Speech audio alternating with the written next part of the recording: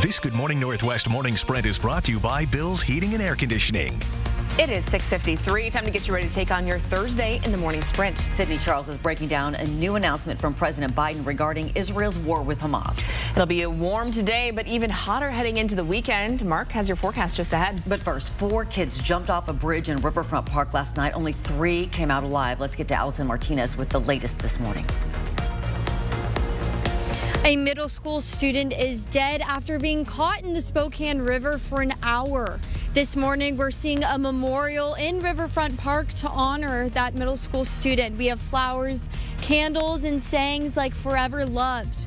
4 kids jumped into the river in a playful and innocent act, but only 3 kids returned. At this point, we don't have any additional information about the victim, but more details will come out from the medical examiner's office. For updates on this story, you can go to KXLY.com. As we look at our First Alert weather, and that First Alert weather app is still available in the App Store, it's not going to show you a lot, but it'll show you the temperatures during the day so you can make some plans. Variable clouds yet tonight, mainly into the mountains. We'll have sunshine. We're starting off on the cool side up into Deer Park and Cheney. We've got mild temperatures downtown as we see low 40s there.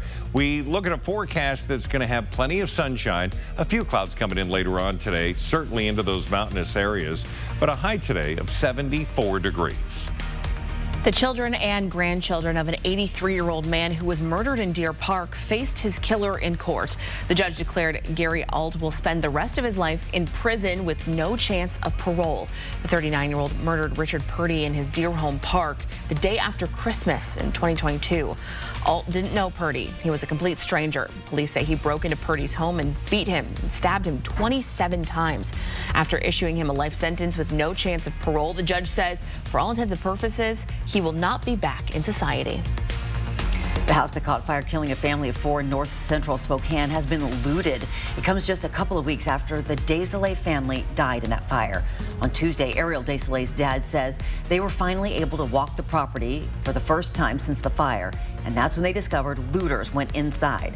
Thieves broke into Ariel's jewelry box, stole her jewelry, including the wedding ring Ariel's dad passed on to her husband Robert on their wedding day. The family filed a police report. Ariel's dad asked the community if anyone has seen any suspicious activity in the home. Call Crime Check. Firefighters in Ephrata suspect arson for a fire at a sports concession stand. Crews arrived to find the concessions and storage building at the Ephrata Sports Complex engulfed in flames Tuesday night. It's believed to have started in a porta potty next to the building. This morning, President Biden speaking out, saying that the U.S. will not supply Israel with certain weapons if its military invades Rafah. With Israeli forces pummeling targets and expanding operations in Rafah, the U.S. for the first time acknowledging a major policy shift, pausing a shipment of thousands of bombs to Israel. Yesterday, Biden doubled down on his administration's plan, saying that he would not supply offensive weapons that Israel could use to launch an all-out assault on Rafah. And Mayor Lisa Brown's public safety levy will not be on the ballot this summer. It could cost property owners hundreds of dollars more a year in taxes, but the mayor and the city council say it'll be pushed back until after the mid-year budget review. If it is approved, the money would go toward increasing foot and bike patrols across the city and parks. It would also fund relaunching the Neighborhood Resource Officer program. Well, recently we got a look inside one of Spokane's most challenging homeless encampments. It's part of the Homeless Outreach Team, or HOT Team, a partnership between code enforcement and police. Now, the team goes into established encampments and provides outreach for those living inside. Then it removes the people camping and the shelters they've built.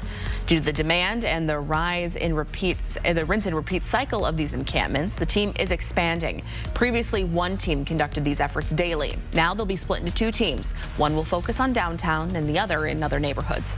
In the last 24 hours, there have been at least 13 reported twisters in 6 states. ABC News is tracking the tornado watch right now that's coming up next on Good Morning America. And today is 509 Day in Spokane, an area code-inspired celebration. Some restaurants and retailers are even offering special deals and discounts, like a $5.09 discount at the Gilded Unicorn, or 509 draft beers and wines at Twigs. Plus, the first 5 people to say 509 at the concierge desk at River Park Square will get a $50.97 gift card. For a full list of participating businesses, head to KXLY.com. We'll have a last check of that weather coming up next.